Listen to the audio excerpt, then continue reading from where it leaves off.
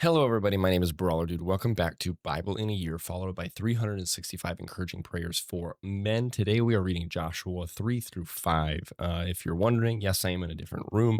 We moved a bunch of things around in our house this weekend, and it was very chaotic, very hectic. And we finally got everything done today, but it was a lot. It was exhausting. Making videos in my bedroom next to my wife while she's sleeping was not ideal, and I kept her up a lot. So, moving it into a separate room since we put all the kids or moved some kids around to fit it. It just works better this way. So, anyways, without further ado, let's get into our reading Joshua chapter 3.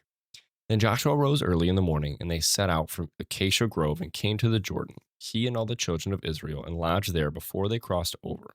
So it was after 3 days that the officers went through the camp, and they commanded the people, saying, When you see the ark of the covenant of the Lord your God, and the priests, the Levites, bearing it, then you shall set out from your place and go after it.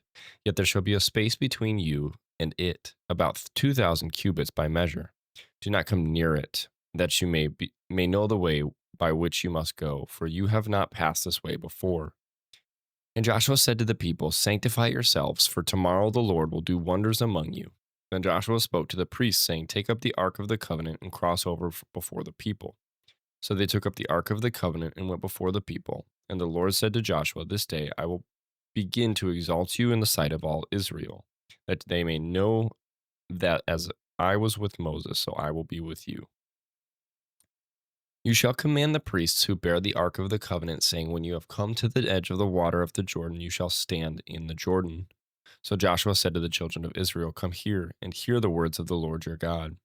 And Joshua said, By this you shall know that the living God is among you, and that he will without fail drive out from before you the Canaanites and the Hittites, and the Hivites, and the Perizzites, and the Girgashites, and the Amorites, and the Jebusites. Behold, the ark of the covenant of the Lord of all the earth is crossing over before you into the Jordan. Now therefore take for yourselves 12 men from the tribes of Israel, one man from every tribe.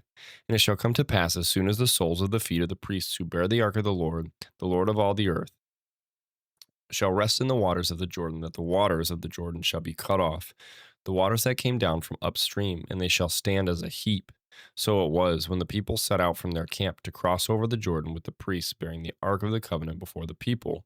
And as those who bore the ark came to the Jordan, and the feet of the priests who bore the ark dipped in the edge of the water, for the Jordan overflows all its banks during the whole time of harvest, that the waters which came down from upstream stood still and rose in a heap very far away at Adam, the city that is beside Zeredin. So the waters that went down into the sea of Arabah, the salt sea, failed and were cut off. And the people crossed over opposite Jericho. Then the priests who bore the ark of the covenant of the Lord stood firm on dry ground in the midst of the Jordan. And all Israel crossed over on dry ground until all the people had crossed completely over the Jordan. Joshua chapter 4.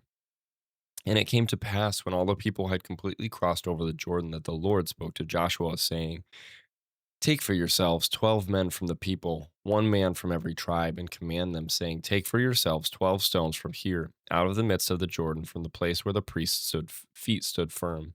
You shall carry them over with you, and leave them in the lodging place where you lodge tonight. Then Joshua called the 12 men whom he had appointed from the children of Israel, one man from every tribe. And Joshua said to them, Cross over before the ark of the Lord your God into the midst of the Jordan. And each one of you shall take up a stone on his shoulder, according to the number of the tribes of the children of Israel, that this may be a sign among you when your children ask in time to come, saying, What do these stones mean to you? Then you shall answer them that the waters of the Jordan were cut off before the ark of the covenant of the Lord. When it crossed over the Jordan, the waters of the Jordan were cut off. And these stones shall be for a memorial to the children of Israel forever.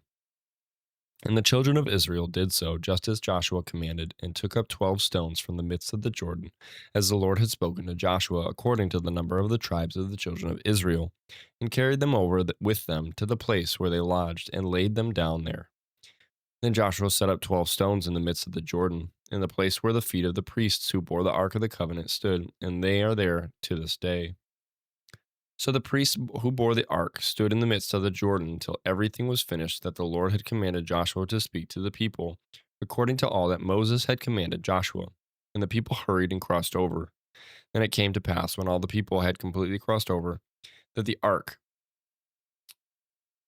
of the Lord and the priests crossed over in the presence of the people, and the men of Reuben, the men of Gad, and half the tribe of Manasseh crossed over armed before the children of Israel, as Moses had spoken to them. About 40,000 prepared for war crossed over before the Lord for battle to the plains of Jericho. On that day, the Lord exalted Joshua in the sight of all Israel, and they feared him as they had feared Moses all the days of his life. Then the Lord spoke to Joshua, saying, Command the priests who bear the ark of the testimony to come up from the Jordan. Joshua therefore commanded the priests, saying, Come up from the Jordan. And it came to pass, when the priests who bore the ark of the covenant of the Lord had come from the midst of the Jordan, and the soles of the priests' feet touched the dry land, that the waters of the Jordan returned to their place and overflowed all its banks as before. Now the people came up from the Jordan on the 10th day of the first month, and they camped in Gilgal on the east border of Jericho. And those 12 stones which they took out of the Jordan, Joshua set up in Gilgal. Then he spoke to the children of Israel, saying, When your children ask their fathers in time to come, saying, What are these stones? Then you shall let your children know, saying, Israel crossed over this Jordan on dry land. For the Lord your God had dried up the waters of the Jordan before you until you had crossed over, as the Lord your God did to the Red Sea, which he dried up before us until we had crossed over, that all the peoples of the earth may know the hand of the Lord, that it is mighty, that you may fear the Lord your God forever. Joshua chapter 5.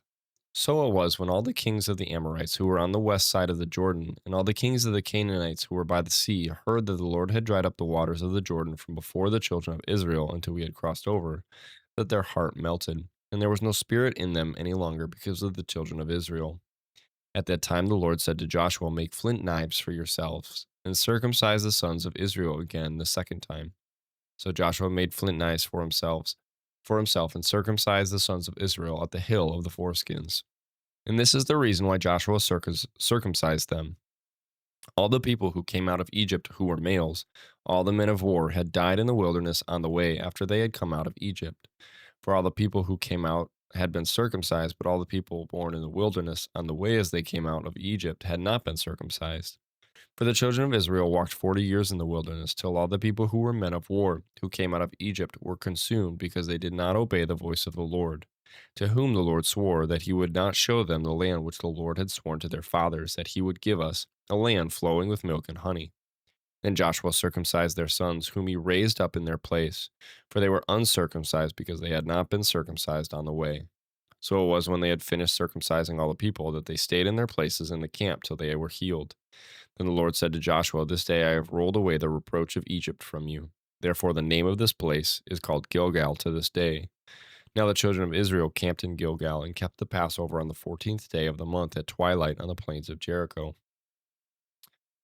And they ate of the produce of the land on the day after the Passover, unleavened bread and parched grain, on the very same day.